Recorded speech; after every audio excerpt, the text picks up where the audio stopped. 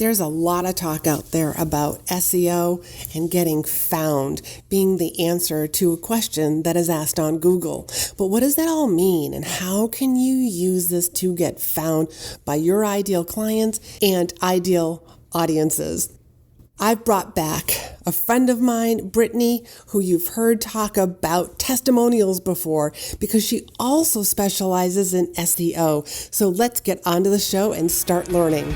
You're listening to Be in Demand, the podcast for honest advice, inspiring stories, and ideas for growing your business by leveraging the expert that you are.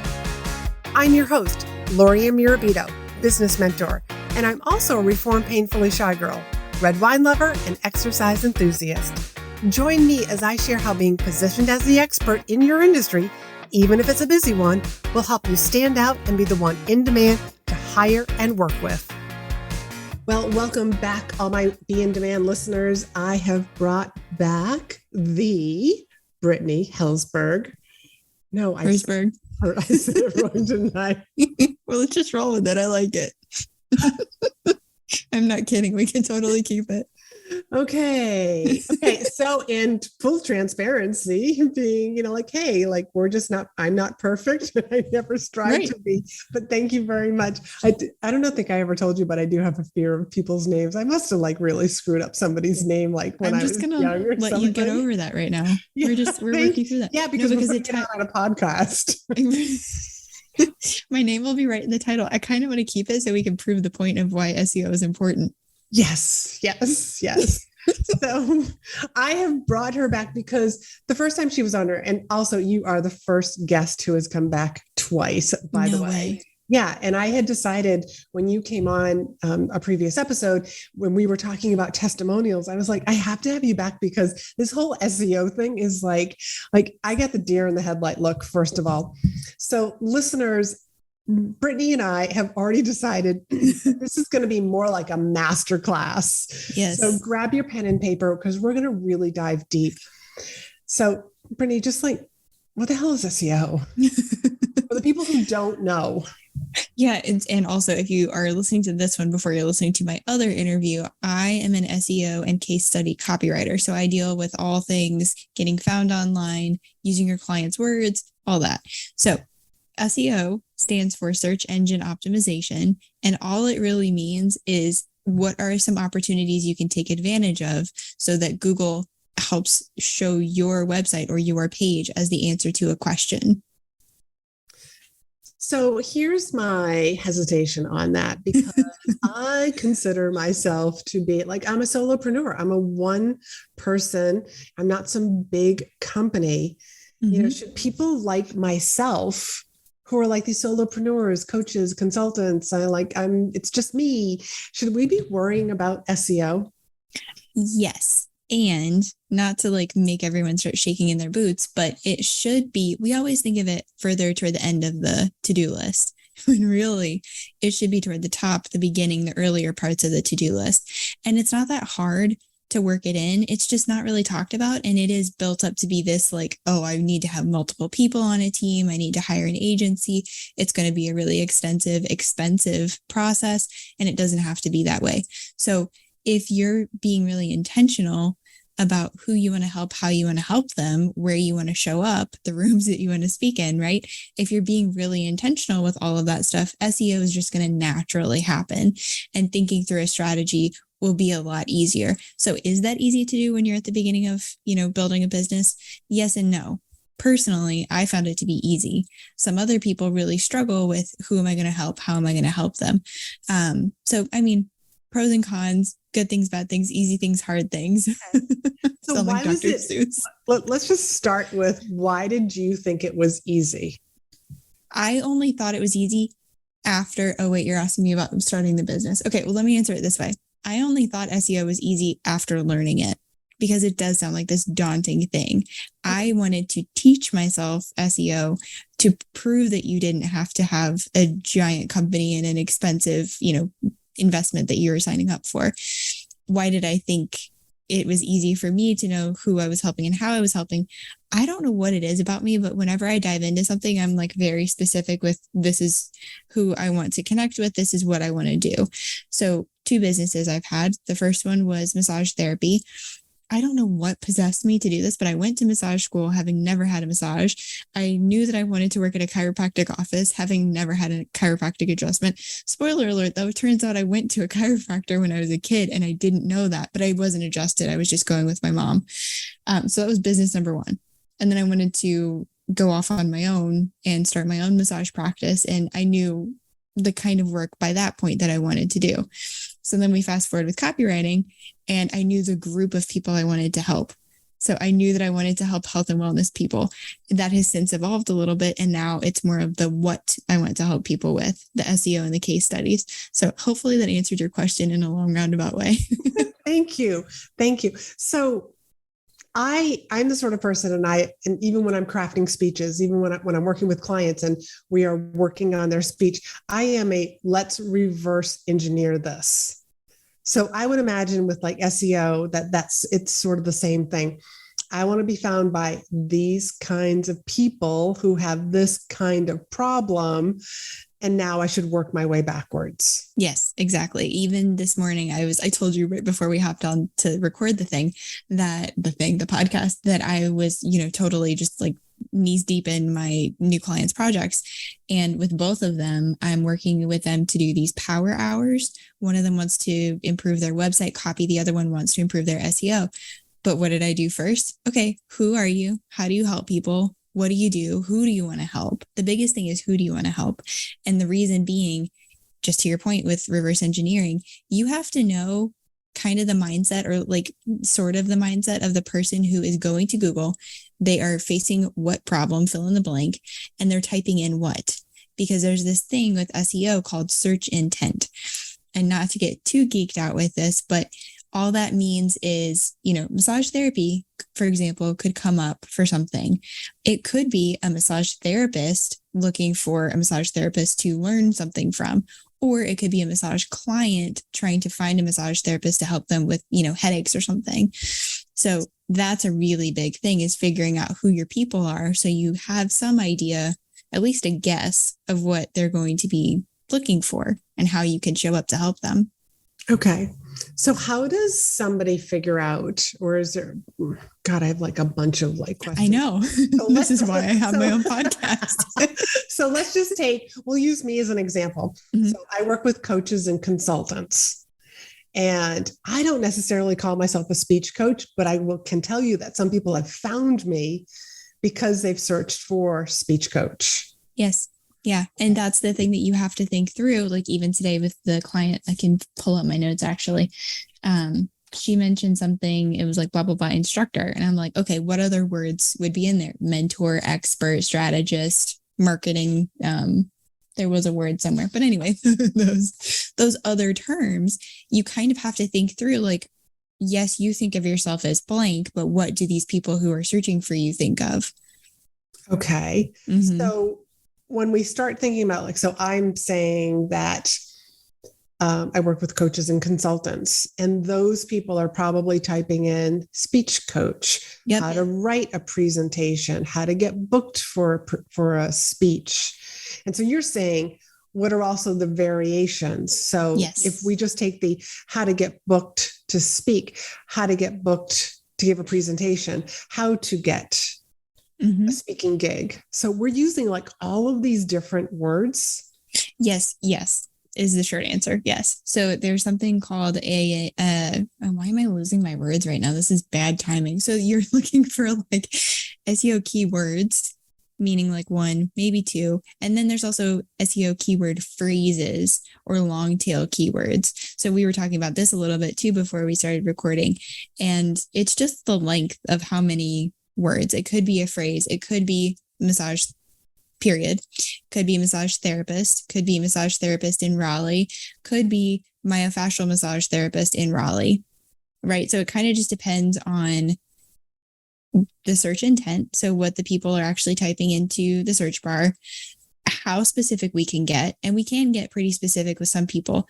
And the good news is if you get specific, like you don't have to get uber super duper specific, but the more narrowed in and zoned in that you can get, the more likely you are to show up as a result, because it's, how can the phrase, like being a bigger fish in a smaller pond. At that point, you're more noticeable.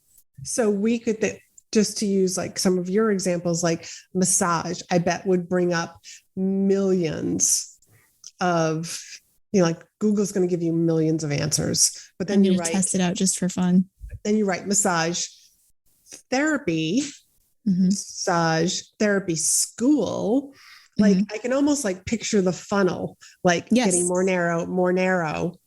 And we want the people, we don't necessarily want like the people who are just looking for a massage. We're looking for the people like massage therapy school. Yeah, you do want it to be specific. And then some other thoughts that are coming to mind are, how often are these people looking for it? Because my brain just combined two thoughts. Okay, so let's roll with this. So you have a certain amount of searches per month. So let's say if you type in, like when I just looked up massage, for example, it's like 2.2 million searches per month. That's a huge amount of searches, large amount of searches. You're not going to be found there. It's just too big. You're not going to show up on page 1 of Google, let alone probably page 3, 4, 5. So the chances are very, very slim. But if you, like you were talking about, have, myofascial massage Raleigh, there's a smaller search per month. So does that make sense? I don't know if my brain took us on a good journey. It does. And that's what I want, like my listeners to really take away from this part of the conversation is that, how specific can you get? So my next question for you is, like there's 1 word, 2 words, and like keyword phrases. What do you recommend to your clients to really like shoot for? The number that words? So the length of the phrases, you kind of want a variety. So I don't necessarily want to use massage, but guess what? Massage is going to show up in the phrase myofascial massage therapist Raleigh. So it's still going to be in there, but I want to more show up for that phrase. So you could, it depends. You could have 2 words, you could have a phrase, you could have 1 word. The idea really is that you're being super intentional with what you're choosing. So something I'll point out here is the number of searches per month. And if I'm saying this and it's just like completely like, I don't know how to check how many searches I have per month.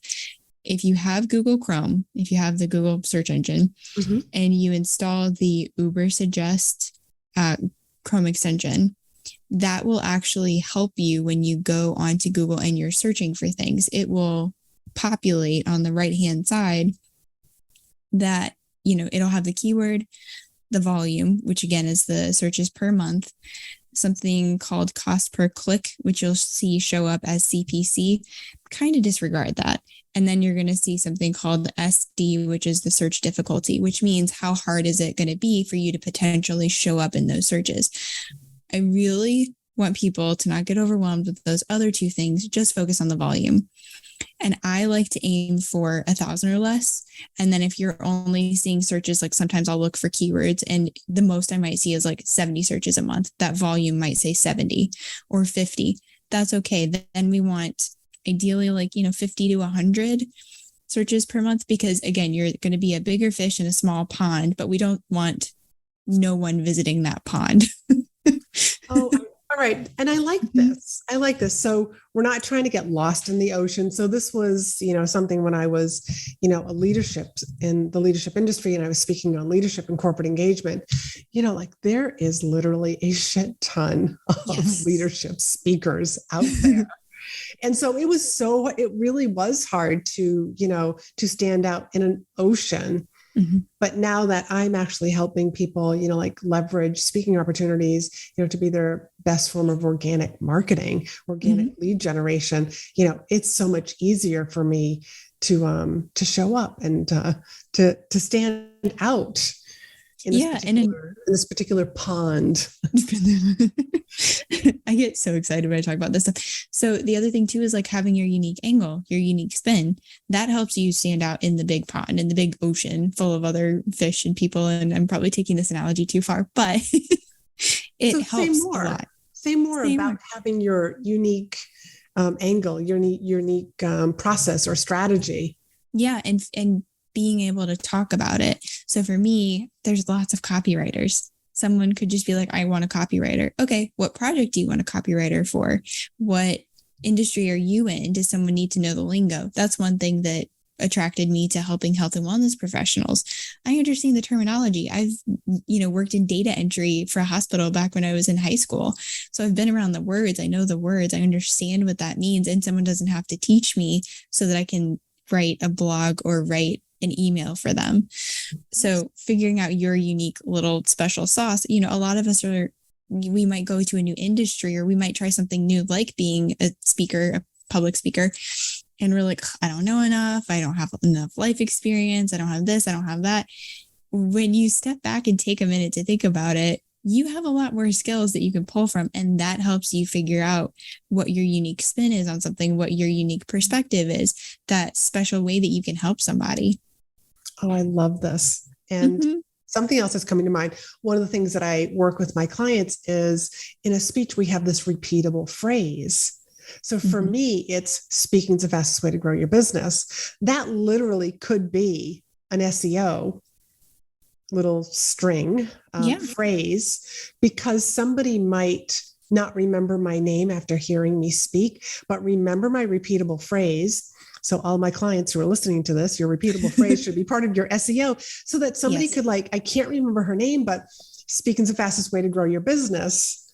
They type that in and boom, like, oh, that's Laurie-Ann. Yep. That's what her name was. Yeah, I recognize that picture. Right. Totally. And to give that like an actual tactile way that you could use that line, that could, for example, be a headline on your website. It could be your homepage headline, or it could be a headline for a blog, or it could be a headline for the contact page. And when I say headline, you type in someone's website, or you do a Google search and you go to the page. The headline that I'm talking about is your H1. It's the big giant one that is like right up in your face as soon as you land on someone's website. That carries a lot of weight with searches. That is one piece that Google and other search engines are analyzing. So if those words, if that phrase is your headline, your H1 specifically, there's a really high likelihood that you'll show up at least on page one, for those results. I love that. So for all my clients and all of my listeners who are listening to this, so your speech titles should be an H1. So before we dive down into this H1 and a little bit more about how to use this, like in our speech titles, is how many times can you use H1 on a single web page? I love this question. And the answer is once. They are super territorial. You can only use one H1. I learned this the hard way. So I just used it because the font was pretty, right? And I really wanted to draw people's attention there. Guess what? Newsflash. I was thinking. You can only use it once. But the good news is, for every single web page you have one H1 available to you for each, and you should be using it. It's not like Instagram hashtags. Like you need to be using this H1, because it's like the chapter title, or it's like the highway exit sign. Like you need to know what's there. Okay. I love that. So you can only use it once. So now I'm getting into maybe a web designing question with you. And you can say pass if you're just like, yeah, I can't answer that. I mean, when you're on your website and you're designing it, because I know how to tinker in the background, sometimes I really should have my keys taken away, but like the H1, you can change that font size though. Does Google still think it's H1, or that when you change the font size, does that change? No. Like it's no longer seen as an H1? That's an interesting question. To my knowledge, and I'll follow up if I'm wrong, but to my knowledge, no, you're selecting, like I have Squarespace. So if I go around and doodle around in the back end of Squarespace, if I were to make the font smaller, but it still says it's H1 because it's like the heading type that I'm selecting, it should still resonate with Google that it's the H1. That's a really interesting So thought. for everybody, we think, Brittany and I think that just because you put the H1 and you decrease the font size, Google's still going to look at it as it was originally intended to be an H1. And shame on you, you have 3 H1s on this one page. So. Oh, I follow. So you're curious maybe if someone messing on the website, whether it's you or like a web designer, more likely us. Yeah. Gosh, if you're hiring a web designer that does that. Okay. So yeah, there should be an easy way to find that and to fix it. And also H1 is at the top of the page. So go through and check them, but that's where you want it to live. I think to be on the safe side, we should just tell everybody to one H1 and take an H2 and change the font size on that one. If you want it to look a different way. Yeah, I've totally done that. That way we don't confuse, Google, with our, using search engine SEO, to the best of our ability, and not getting, Google to say, and, like minus a point for you because of that. But it brings up a really good point. It's, taking advantage of the H1. Now, if we want to get, recognized as a speaker, that we're an available speaker, that you are available for podcasts, for live streaming, whatever forms of speaking, that you want to get noticed for. I mean, just taking advantage of the H1 on every page of your website. Mm-hmm. That's a start. That's a great start. Yeah. So, yeah, it's definitely a start. So how much, or how many different forms of SEO should we have on a single web page? Well, when you say forms of SEO, would a different way to say that be to say how many times do we want these keywords showing up? Yeah. Okay. So you don't want to do something that's called keyword stuffing. And that's where it just looks like you're throwing the keywords on the page. You don't want to do that. You want to use them in a very smart way, and you still want to write as if you're speaking. That's like copywriting 101. You want to write like you're talking to the person who's reading the webpage. On average, you want to use the key phrase, the top, like the number one target keyword or key phrase that you have for that page. You want to use it about 2% of the time in the body copy. If you want to get technical with it, really just you be smart with that H1 and the other headlines, the most common headlines like H1 for sure. And then there's a mashup of H2, H3. It goes all the way to H6. That almost sounded like I was saying H6. Yep. H1, H2 to H6. And using those. Use those wisely to put your keywords in. Yeah. And if I'm saying this and you're just like, I can't fathom how to use that. I like to use my headlines to organize my copy, to organize the points that I'm going to be making on the page. Because another fun fact is that only about 20% of readers actually read the entire page. 80%, probably more, skim the headlines. So they're looking at the buttons, they're looking at the pictures, they're looking at the graphics, and they're looking at the headlines. And if you can write enough of those where they're really strong and they're very easy to understand how the page is flowing, you'll be okay. Like most of the people coming to your site will understand what's happening. We are definitely skimmers before we are readers. Mm-hmm. I think as human beings, like I'm skimming a page to see, do I want to spend some extra time and actually read more of this? Mm-hmm. And that's also why I think that your page should be aesthetically pleasing. Mm-hmm. It needs to be. I mean, you need one of the biggest pieces that I kind of like fight with some of my clients on is that you need that white space. Yes. Things need to breathe. You don't need to have like 3 inches of white space, but you do need some space for the pictures and the copy to exist and just be there, because we're hit with so much information during the day. It needs to be easy and simple and just like pleasing to the eye. Yes. I completely agree. So we've talked about speech titles. We've talked about different opportunities and places to use SEO. Reminder to everybody, hashtags is a form of SEO. Just you don't do the same thing on your website. You don't need to have 30 pieces of 30 different SEOs. Yeah, no, you don't have to sprinkle the keywords that heavily. Let's talk about podcast titles, because this is something that I think about a lot. And one of the things that I do for SEO, especially with my guests, is I always put my guest's name in the title, because that way, if somebody is looking up you, Brittany, like my podcast is going to come up. And I'm always surprised when I'm a guest on somebody's podcast and they're not actually using my name. Yeah. And this is, so my friend Crystal and I, we co-host a podcast. It's all about SEO. And I think the reason we're growing at the rate that we're growing is because we've been so intentional with the SEO. We were intentional with the title. We were really intentional with the description and the notes of each episode. But then the episode titles themselves carry a lot of weight, like you're saying. And I'm such a stickler. I mean, I'm truly not offended by like the name mix up, because I've been called everything under the sun. But when it comes to me having someone's name in the podcast title, I went back over the weekend or a couple weekends ago, and I made sure all of our guests' names were spelled correctly, because there were a couple things that I noticed that weren't accurate.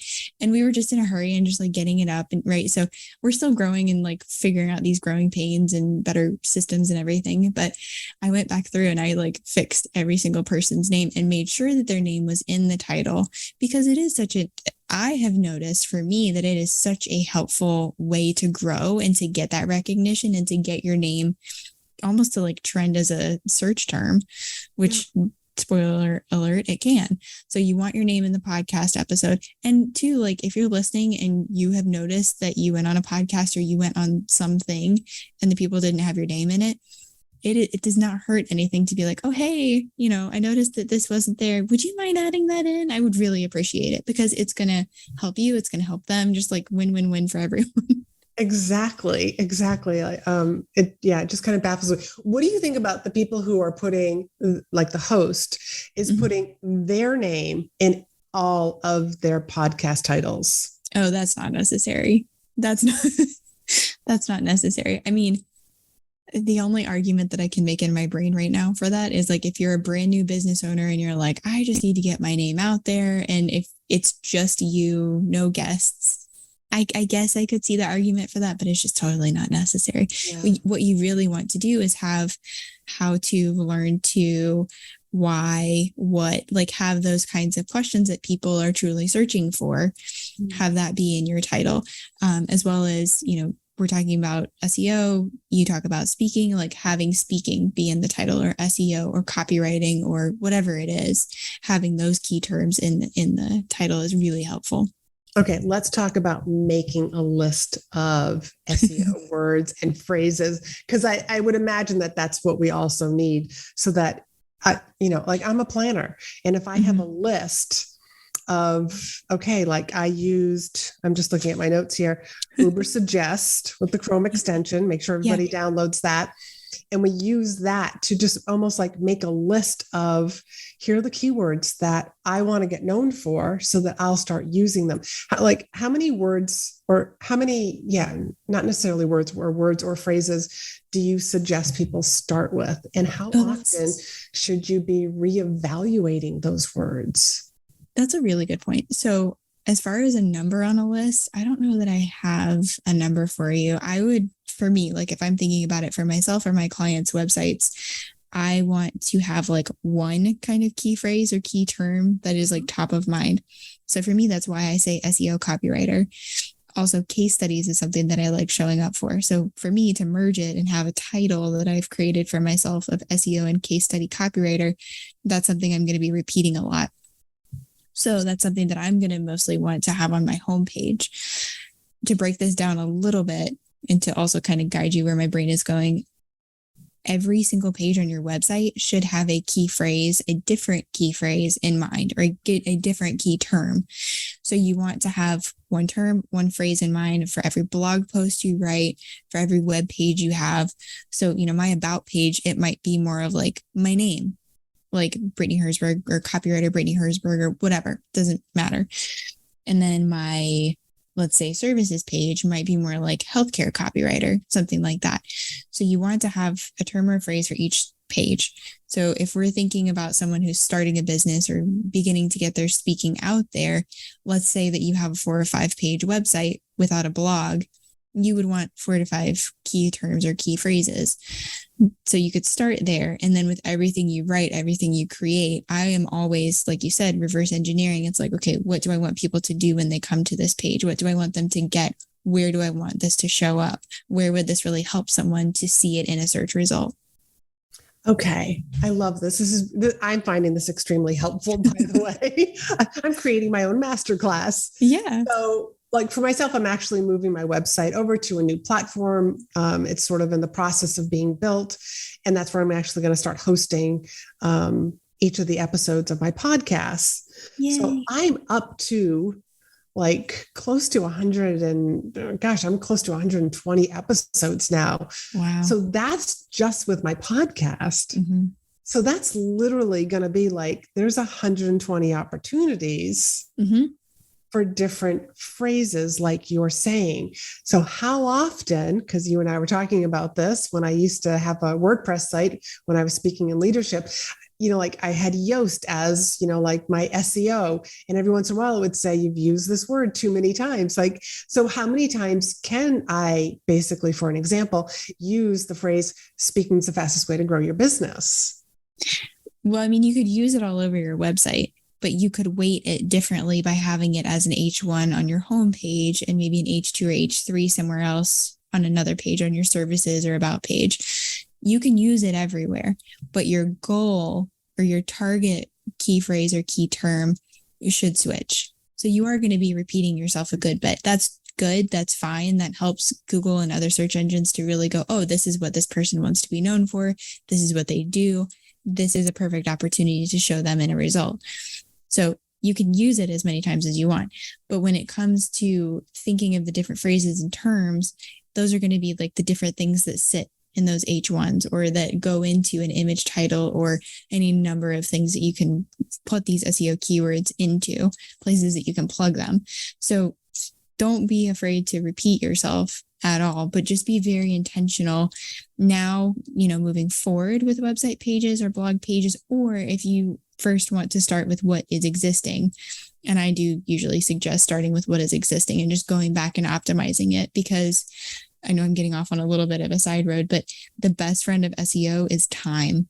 You really want it to have some time to, it's almost like, marinating chicken or something.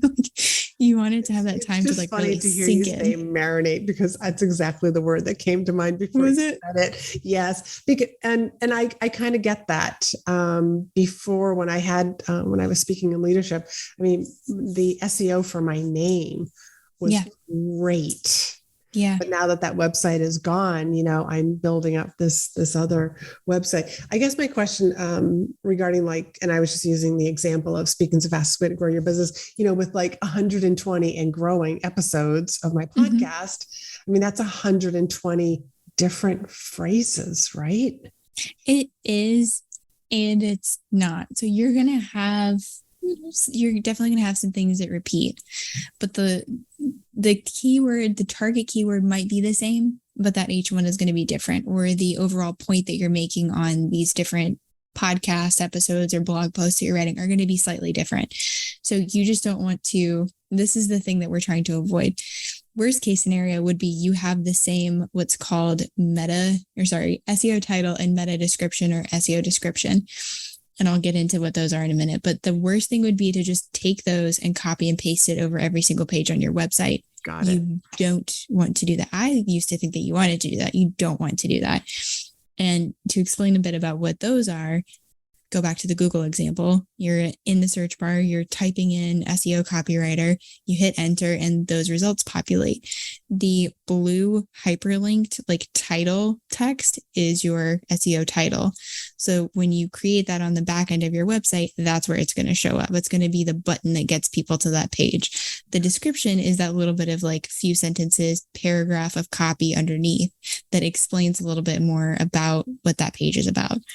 So hopefully that didn't go too far over. And you get to decide what that little description is. Most of the time. There is a caveat that sometimes search engines are like, we're going to put this description in there. But at least if you have it filled out, you're at least attempting to call the shots with that. They do take the title. sometimes the description is like, we're going to do this.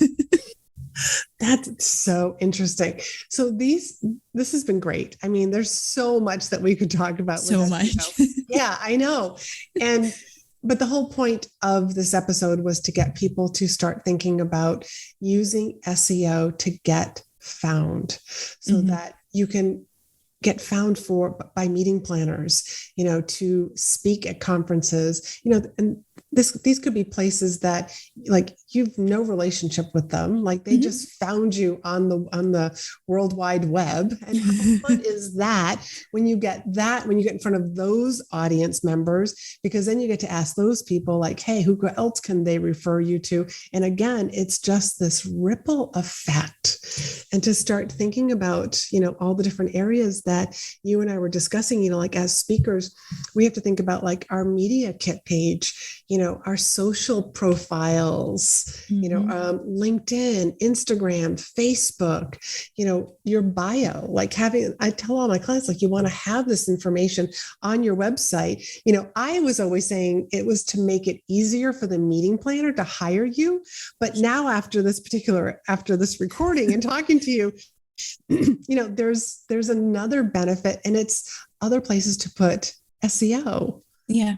It is. It's really great. It's just really making me think more about this. Yeah. I mean, and it can be overwhelming. It can feel like this giant mountain that you have to hike up, but start with small steps. They add up. And like I said, go back and optimize some things that you already have, because that has the time under its belt. And that's really the biggest factor. The second biggest factor is being intentional with what you're putting out there. And if you're already, 95% of the way there. Okay, so those are the two things that we want you to do today. Is to go and look at your SEO, be intentional about each page, go look at your H1s. Let's make sure that you're only using H1 once on every page, and maybe even going over to Uber Suggests and finding some new phrases. Yeah. Just to like maybe start using like in the future or something. Yeah, I love that. I mean, those two things are. Yeah, after you do those few things, like come back and listen to to this episode again, so that you can dive more into like the meta stuff that Brittany kind of like breezed over a little bit. I breezed over it because it can be really big. And is it okay if I share the tool that I have? If people are like, I want to get going, but there's so much stuff. So I have something called the SEO cheat sheet, and I'll share the link with you, and you can go, and it's got like 6 or 7 different places on every website page where you can put these keywords in, and it just makes it easy. It's like a container, and then you can copy. It's a Google Doc, so you can copy it and use it with all of your blogs, all of your web pages, whatever you find it helpful for, because it can be a big. Yeah, we'll put the link down in the show notes, but can you say it out loud so that anybody who's just kind of like, like running on the treadmill or something can like, okay, I got to go get that. Let me download it now. Yeah, if you look in the show notes, or if you go to my website, it's called the One Stop SEO Cheat Sheet. The One Stop SEO Cheat Sheet. Mm-hmm. Awesome. Boom. Is that like, if I just type that into Google, will I find you? Will I find I'm hoping so. As you said that, I was like, man, I wonder. I know that I've seen people go to my website and type in cheat sheet or SEO cheat sheet. So I've seen that happens. Okay, so you've got really good SEO for your SEO cheat sheet is what you're saying. But definitely the link is going to be down in the show notes. Brittany, thank you so much. I'm not going to, like torture your last name again here at the end of the show. But all of the links to connect with this wonderful woman are going to be down in the show notes. Definitely go follow her, go listen to her podcast, and continue learning about SEO, because this is how we're going to get found and be able to help more people, because that's why we're here. So till next week, everyone, be in demand. Thanks for hanging out with me. Be sure to hit the subscribe button so you never miss an episode. And join me over in my private Facebook group for more tips, community, and free trainings. You'll find the link in the show notes. You can also help this podcast reach more listeners by leaving a review. And as a thank you, each month I pick one of my reviewers to win a free coaching call with me. So if you haven't done so already, please leave a review and you could be the next winner.